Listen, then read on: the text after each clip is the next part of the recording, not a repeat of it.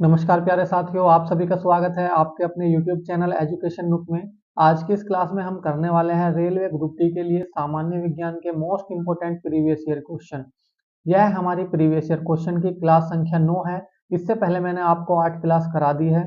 अगर आपने वह 8 क्लास नहीं देखी है तो आप मेरे YouTube चैनल पर जाकर railway group D general science की प्ले लिस्ट में जाकर आप वह 8 वीडियो देख सकते हैं।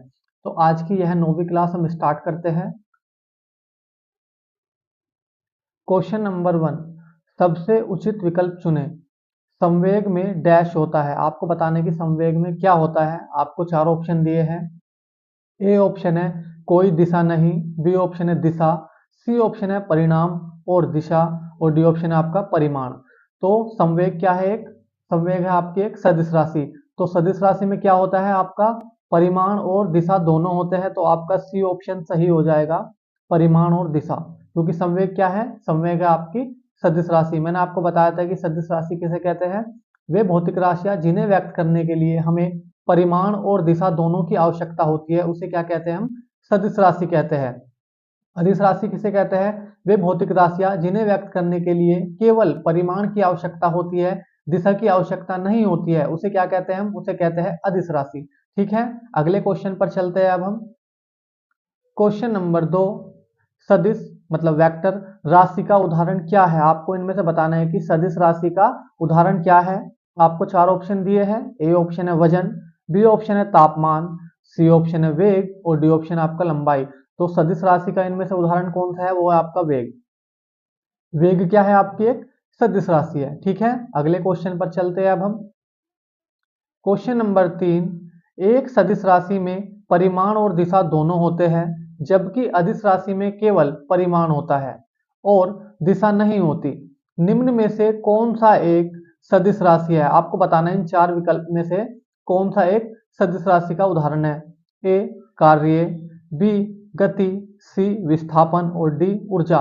तो इनमें से कौन सा एक सदिश राशि का उदाहरण है? वो है आपका विस्थापन। विस्थापन क्या है? एक सदिश राशि है जिसको व्यक्त करने के लिए हमें परिमाण और दिशा दोनों की आवश्यकता होती है। ठीक है, अगले क्वेश्चन पर चलते हैं अब हम। क्वेश्चन नंबर 4, निम्नलिखित में से किस जोड़े की दिशा हमेशा एक समान होती है? आपको बताना है कि इनमें से किस जोड़े की दिशा हमेशा एक समान होती है। आपको चार ऑप्शन दिए हैं। ए ऑप्शन है बल वेग, बी ऑप्शन है आपका बल त्वरण, सी ऑप्शन है बल विस्थापन और डी ऑप्शन है आपका बल संवेग। तो बल और त्वरण की दिशा हमेशा क्या होती है? एक समान होती है। आपका बी ऑप्शन सही हो जाएगा। अगले क्वेश्चन पर चलते हैं अब हम। क्वेश्चन नंबर 5, कुछ राशियों के भौतिक गुण को दर्शाने के लिए उनके परिमाण के साथ दिशा भी निर्दिष्ट की जाती है। इस प्रकार की भौतिक राशि को डैश कहा जाता है। मैंने आपको बताया था कि सदिश राशि किसे कहते हैं?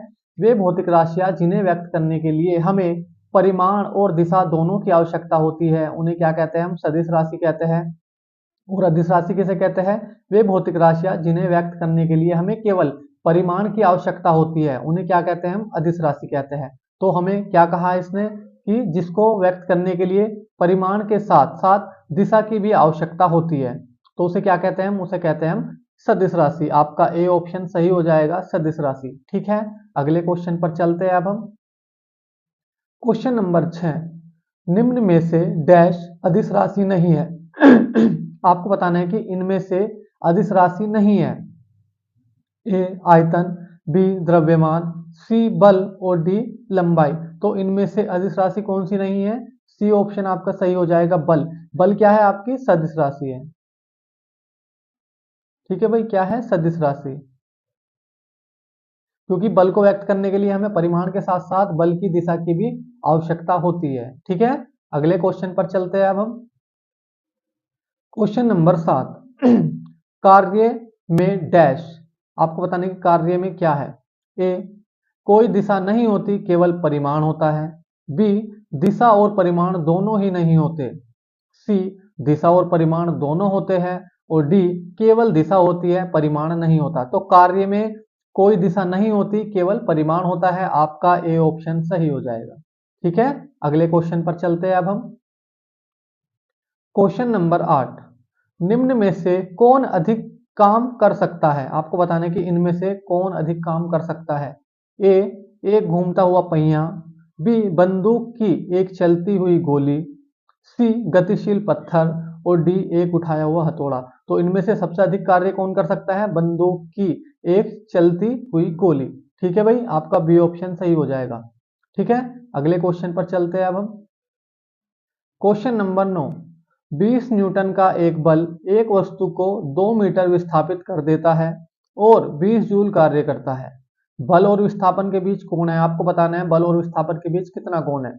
ए 60 डिग्री, बी 30 डिग्री, सी 90 डिग्री और डी 0 डिग्री। तो इस क्वेश्चन का जो हमारा सही आंसर हो जाएगा, ए ऑप्शन सही हो जाएगा 60 डिग्री। वो कैसे, मैं आपको प्रूफ करके दिखा देता हूं। जो हमारा कार्य का फॉर्मूला होता है वो क्या होता है भाई? W बराबर F into D into cos theta, क्योंकि हमें यहाँ पर क्या बताना है? एंगल बताना है। तो W की वैल्यू कितनी हो जाएगी भाई? W की वैल्यू है यहाँ पर 20 जूल। कार्य की वैल्यू कितनी है? 20 जूल, तो 20 इक्वल टू बल कितना है? 20 न्यूटन का, तो 20 यहाँ पर आ जाएगा, इंटू डिस्प्लेसमेंट कितना है? 2 मीटर, 2 यहाँ आ जाएगा, इंटू कोस थीटा। ठीक है भाई, 20 दूनी कितना हो जाएगा? 40 इंटू कोस थीटा। ठीक है, इस 40 को यहाँ पर ये गुना में है, इधर ले आएंगे तो ये भाग में आ जाएगा। तो 20/40 इक्वल टू कोस थीटा। ठीक है जी, इसको इससे डिवाइड कर देंगे तो कितना आ जाएगा? ये आ जाएगा आपका 1/2 कोस थीटा। ठीक है, कोस 1/2 की वैल्यू कितनी होती है? वो होती है आपकी 60 डिग्री। ठीक है, फिर तो थीटा की वैल्यू कितनी आ जाएगी यहाँ पर? 60 डिग्री आ जाएगी। तो हमारा ए ऑप्शन सही हो जाएगा 60 डिग्री। इस प्रकार से आप इस क्वेश्चन को सोल्व कर सकते हो। अगले क्वेश्चन पर चलते हैं अब हम। क्वेश्चन नंबर 10, एक पोर्टर जमीन से 12 केजी सामान उठाता है और उसे जमीन से 1.5 मीटर ऊपर अपने सिर पर रखता है। सामान पर उसके द्वारा किया गया कार्य की गणना करें। आपको 4 ऑप्शन दिए हैं। ए ऑप्शन है 140 जूल, बी ऑप्शन है 150 जूल, सी ऑप्शन आपका 180 जूल और डी ऑप्शन आपका 155 जूल। तो इस क्वेश्चन का जो हमारा सही आंसर हो जाएगा, सी ऑप्शन सही हो जाएगा 180 जूल। देखते हैं किस प्रकार से 180 जूल आया है इसका आंसर। तो जो कार्य का फॉर्मूला होता है वो क्या होता है भाई? W equal to mgh। ठीक है, ये वाला फॉर्मूला होता है कार्य का एक। तो यहाँ पर हमें W की वैल्यू निकालनी है। M कितना है यहाँ पर? M है 12 केजी। एक मिनट,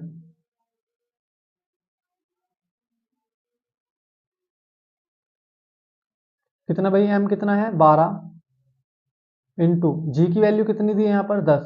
कितनी दी है भाई? 10 दी है, इंटू हाइट कितनी है? 1.5 मीटर, तो यहाँ पर लिख लेंगे 1.5। ठीक है, अब इनकी मल्टीप्लाई करते हैं हम। 12 की मल्टीप्लाई जब 10 में करेंगे तो कितना आ जाएगा भाई? 120। और 120 की मल्टीप्लाई जब हम 1.5 में करेंगे तो कितना आ जाएगा भाई? यह आ जाएगा आपका 180 जूल। ठीक है, तो W की वैल्यू कितनी आ गई हमारी? 180 जूल। इसी तरह हमारा सी ऑप्शन सही हो जाएगा 180 जूल। ठीक है, आया समझ में आपको किस प्रकार से 180 जूल आया है इसका आंसर। अगले क्वेश्चन पर चलते हैं अब हम। क्वेश्चन नंबर 11, यदि एक हवाई जहाज 4000 मीटर की दूरी तय करता है और किया गया कार्य 20,000 जूल है, तो लागू किया गया बल ज्ञात कीजिए। तो आपको बताना है कि लागू किया गया बल कितना था। ए 5 न्यूटन, बी 50 न्यूटन, सी 0.2 न्यूटन और डी 10 न्यूटन। तो इस क्वेश्चन का जो हमारा सही आंसर हो जाएगा वो हो जाएगा भाई ए ऑप्शन 5 न्यूटन। देखते हैं कि 5 न्यूटन किस प्रकार से आया है। मैंने कार्य का फॉर्मूला आपको बताया था, W equal to F into D. ये होता है भाई कार्य का फॉर्मूला। W हमें पता है कितना है? W 20,000 joule. कितना है? 20,000 जूल। ठीक है, इक्वल टू एफ कितना है हमें निकालना है, तो एफ ऐसे ही रख लेंगे, इंटू डी कितना है यहाँ पर? डिस्प्लेसमेंट कितना हुआ है? 4000 मीटर, तो यहाँ 4000 लिख लेंगे। ठीक है, तो ये 4000 जो है गुना में है, इसको इधर ले आएंगे तो भाग में आ जाएगा। तो 20,000 अपॉन 4000। ठीक है, अगर हम 4000 से 20,000 को डिवाइड करेंगे तो कितनी आ जाएगी एफ की वैल्यू? एफ की वैल्यू आ जाएगी यहाँ पर 5। ठीक है, कितनी आ जाएगी? 5 न्यूटन। तो इस प्रकार से हमारा ए ऑप्शन सही हो जाएगा 5 न्यूटन। ठीक है, अगले क्वेश्चन पर चलते हैं अब हम। क्वेश्चन नंबर 12, 1 kg की एक वस्तु को 10 मीटर की ऊंचाई तक उठाया जाता है, गुरुत्वाबल द्वारा किया गया कार्य डैश होगा। आपको जी की वैल्यू कितनी दी है, 9.8 दी है। तो आपको चार ऑप्शन दिए हैं। ए ऑप्शन है 98 जूल, बी ऑप्शन है -9.8 जूल, सी ऑप्शन है आपका 9.8 जूल और डी ऑप्शन है आपका -98 जूल। तो इस क्वेश्चन का जो हमारा सही आंसर हो जाएगा भाई, ए ऑप्शन सही हो जाएगा, 98 जूल। देखते हैं किस प्रकार से। फॉर्मूला क्या बताया था मैंने आपको कार्य का, W = mgh। ठीक है, तो W बराबर m की वैल्यू कितनी है भाई, 1 है। जी की वैल्यू कितनी दी है, 9.8 दी है। कितनी दी है, 9.8 इंटू हाइट कितनी है, 10 मीटर। एच की वैल्यू कितनी है, 10। अगर हम इसको सोल्व करेंगे 1 इंटू 9.8 इंटू 10 तो कितना आ जाएगा, यहाँ पर 98 आ जाएगा। कितना आ जाएगा, 98 जूल। तो हमारा ए ऑप्शन सही हो जाएगा, 98 जूल। इस प्रकार से हमारा 98 आया है इस क्वेश्चन का आंसर। ठीक है, अगले क्वेश्चन पर चलते हैं। क्वेश्चन नंबर 13, अधातुओं के ऑक्साइड प्रकृति में डैश होते हैं। आपको बताना है कि अधातु के ऑक्साइड प्रकृति में कैसे होते हैं। ए उभयधर्मी, बी अम्लीय, सी क्षारीय और डी अम्लीय और क्षारीय दोनों। तो अधातु के जो ऑक्साइड होता है प्रकृति में किस किस किस प्रकार के होते हैं, वो होता है आपके अम्लीय। आपका बी ऑप्शन सही हो जाएगा, अम्लीय। जो आपके धातु के जो ऑक्साइड होते हैं प्रकृति में, वो कैसे होते हैं आपके, क्षारीय। ठीक है, कैसे होते हैं, क्षारीय। ठीक है, अगले क्वेश्चन पर चलते हैं अब हम। क्वेश्चन नंबर 14 है, जिन तत्वों में धातुओं और अधातुओं के बीच के मध्यवर्ती गुण होते हैं उन्हें उपधातु मेटलॉइड कहा जाता है। निम्नलिखित में से किसे उपधातु के रूप में जाना जाता है। आपको इन चार ऑप्शन में से बताना है कि किसे उपधातु के रूप में जाना जाता है। ए कार्बन, बी तांबा, सी आयोडीन और डी जर्मेनियम। तो इनमें से किसे उपधातु के रूप में जाना जाता है, वो आपका जर्मेनियम। आपका डी ऑप्शन सही हो जाएगा, जर्मेनियम। ठीक है, उपधातु किसे कहते हैं, वह तत्व जिनके बीच धातु और अधातु दोनों के गुण पाए जाते हैं उन्हें क्या कहते हैं, हम उन्हें कहते हैं उपधातु। ठीक है, ये आपको ध्यान में रखना है। अगले क्वेश्चन पर चलते हैं अब हम।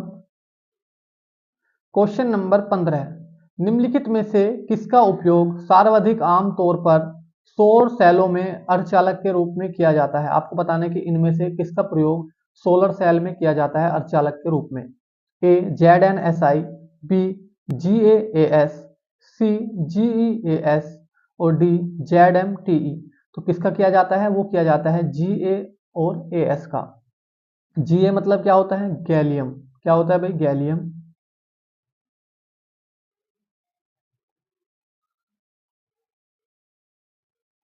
और किसका किया जाता है, आर्सेनिक।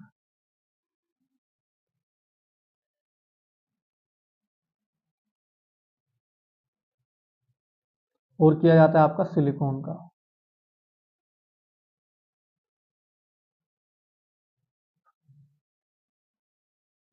ठीक है, ये तीन तत्व है जिनका प्रयोग सोलर सेल में अर्धचालक के रूप में किया जाता है मैक्सिमम। ठीक है, तो आपका बी ऑप्शन सही हो जाएगा इस क्वेश्चन का। अगले क्वेश्चन पर चलते हैं अब हम। क्वेश्चन नंबर 16, निम्नलिखित में से कौन सी एक उपधातु है, मतलब अर्धचालक है। ए सीसा, बी ब्रोमीन, सी सोना और डी सिलिकॉन। तो इनमें से कौन सी एक उपधातु है, वो है आपके सिलिकॉन। आपका डी ऑप्शन सही हो जाएगा, SI। ठीक है, ब्रोमीन एक ऐसी उपधातु है जो कि सामान्य टेम्परेचर पर भी क्या है, एक तरल माध्यम में है, लिक्विड फॉर्म में है आपके ब्रोमीन। ठीक है, तो ये एक ऐसी अधातु है जो कि सामान्य टेम्परेचर पर भी क्या है, एक लिक्विड फॉर्म में है, ब्रोमीन। ये पॉइंट आपको ध्यान रखना है, यहाँ से एग्जाम में क्वेश्चन आ जाता है। सीसा और सोना क्या है, ये आपकी धातु है। ठीक है, अगले क्वेश्चन पर चलते हैं अब हम। क्वेश्चन नंबर 17, डैश को विद्युत ऋणात्मक तत्वों के रूप में जाना जाता है क्योंकि वे इलेक्ट्रॉन ग्रहण करके ऋणाभिषिक्त आयन बनाते हैं। ए मिश्र धातुओं, बी यौगिकों, सी अधातुओं और डी मिश्रणों। तो इस क्वेश्चन का जो हमारा सही आंसर हो जाएगा वो हो जाएगा आपका अधातुओं। अधातुओं को विद्युत ऋणात्मक तत्वों के रूप में जाना जाता है क्योंकि वे इलेक्ट्रॉन ग्रहण करके ऋणावेशित आयन बनाते हैं। इस कारण इनके अंदर विद्युत धारा फ्लो नहीं हो पाती है। ठीक है, अगले क्वेश्चन पर चलते हैं। क्योंकि इनके अंदर क्या होता है, आपका इलेक्ट्रॉन फ्लो नहीं हो पाता है, जिस कारण विद्युत धारा प्रवाहित नहीं हो सकती है, क्योंकि विद्युत धारा तभी प्रवाहित होगी जब इलेक्ट्रॉन फ्लो होंगे। ठीक है, अगले क्वेश्चन पर चलते हैं अब हम। क्वेश्चन नंबर 18, अधातुओं के गुणधर्मों के बारे में निम्नलिखित में से कौन सा विकल्प सामान्यतः सत्य नहीं है। आपको बताना है कि अधातु के गुणधर्मों के बारे में निम्नलिखित में से कौन सा विकल्प असत्य है। ठीक है, क्योंकि सत्य नहीं है वो बताना है हमें। ए चालक, बी हल्के पदार्थ, सी भंगुर और डी मंद एवं दीप्ति रहित।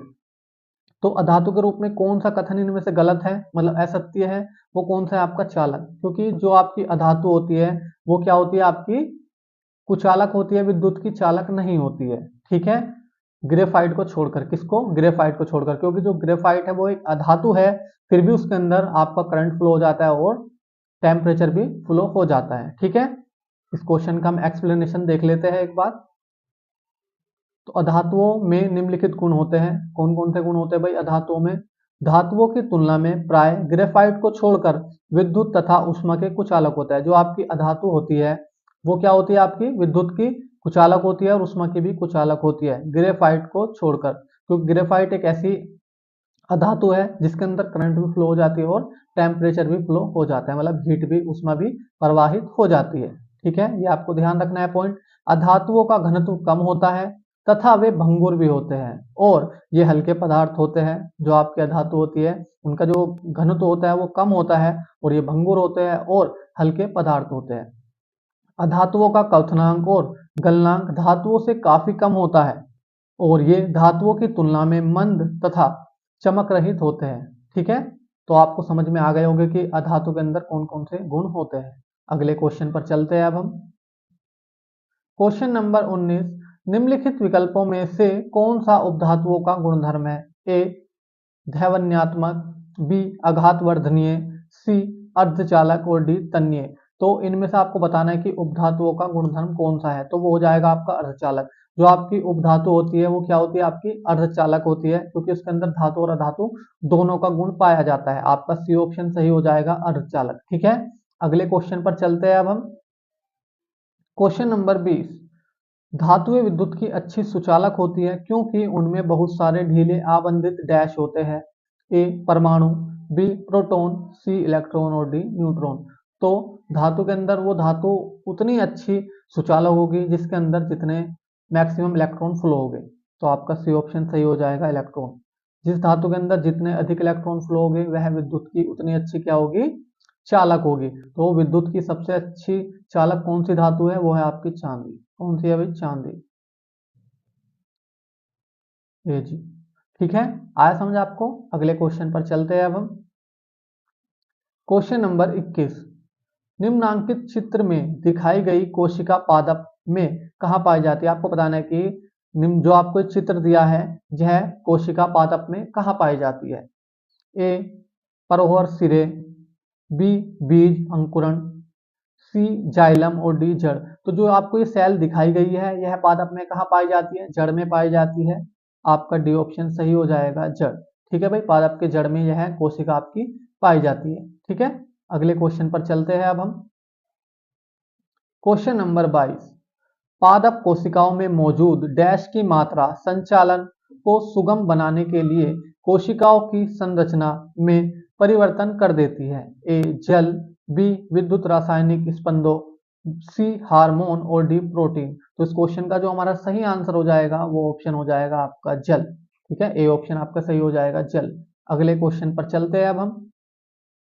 क्वेश्चन नंबर 23, पौधों को ऊर्जा की कम आवश्यकता क्यों होती है। आपको चार ऑप्शन दिए हैं। ए ऑप्शन है क्योंकि उनमें अत्यधिक मृत कोशिकाएं पाई जाती हैं, बी क्योंकि वे केवल ऊंचाई में बढ़ते हैं, सी क्योंकि वे अपना भोजन स्वयं बनाते हैं, और डी क्योंकि वे ऑक्सीजन का उत्पादन करते हैं।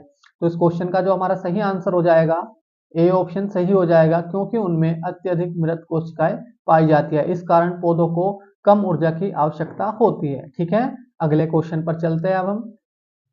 क्वेश्चन नंबर 24, कोशिका में केंद्रक के अतिरिक्त निम्न में से किन दो कोशिकांगों के अपने डीएनए और राइबोसोम होते हैं। आपको चार ऑप्शन दिए हैं।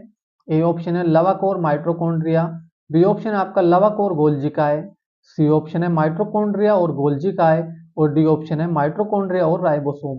तो लवक और माइटोकॉन्ड्रिया के अपने डीएनए और राइबोसोम होते हैं, आपका ए ऑप्शन सही हो जाएगा। ठीक है भाई, इस क्वेश्चन का अगले क्वेश्चन पर चलते हैं अब हम। क्वेश्चन नंबर 25 जो कि हमारा लास्ट क्वेश्चन है इस क्लास का। पादप कोशिका में श्वसन क्रिया जिनमें वे ऑक्सीजन ग्रहण करते हैं और भोजन से ऊर्जा और कार्बन डाइऑक्साइड मुक्त करते हैं, कहाँ होती है? यह क्रिया आपको बताने की कहाँ पर होती है। ए रसधानी, बी हरित लवक और माइटोकॉन्ड्रिया, सी पर ऑक्सीसोम और डी माइटोकॉन्ड्रिया। तो यह क्रिया कहाँ पर होती है? ये होती है आपकी पादप कोशिका में माइटोकॉन्ड्रिया के अंदर। आपका डी ऑप्शन सही हो जाएगा, माइटोकॉन्ड्रिया। मैं आशा करता हूँ कि आपको ये 25 क्वेश्चन अच्छे से समझ में आए होंगे और मेरी वीडियो अच्छी लगी होगी। अगर आपको ये 25 के 25 क्वेश्चन अच्छे से समझ में आए हैं और मेरी वीडियो अच्छी लगी है तो आप मेरी वीडियो को लाइक कर सकते हैं और हमारे चैनल को सब्सक्राइब कर सकते हैं। अगर आपको किसी भी क्वेश्चन में कोई भी डाउट है तो आप मुझे कमेंट कर सकते हैं, मैं आपके कमेंट का जवाब जरूर दूंगा। आज के लिए इतना ही, मिलते हैं अगली क्लास में। धन्यवाद।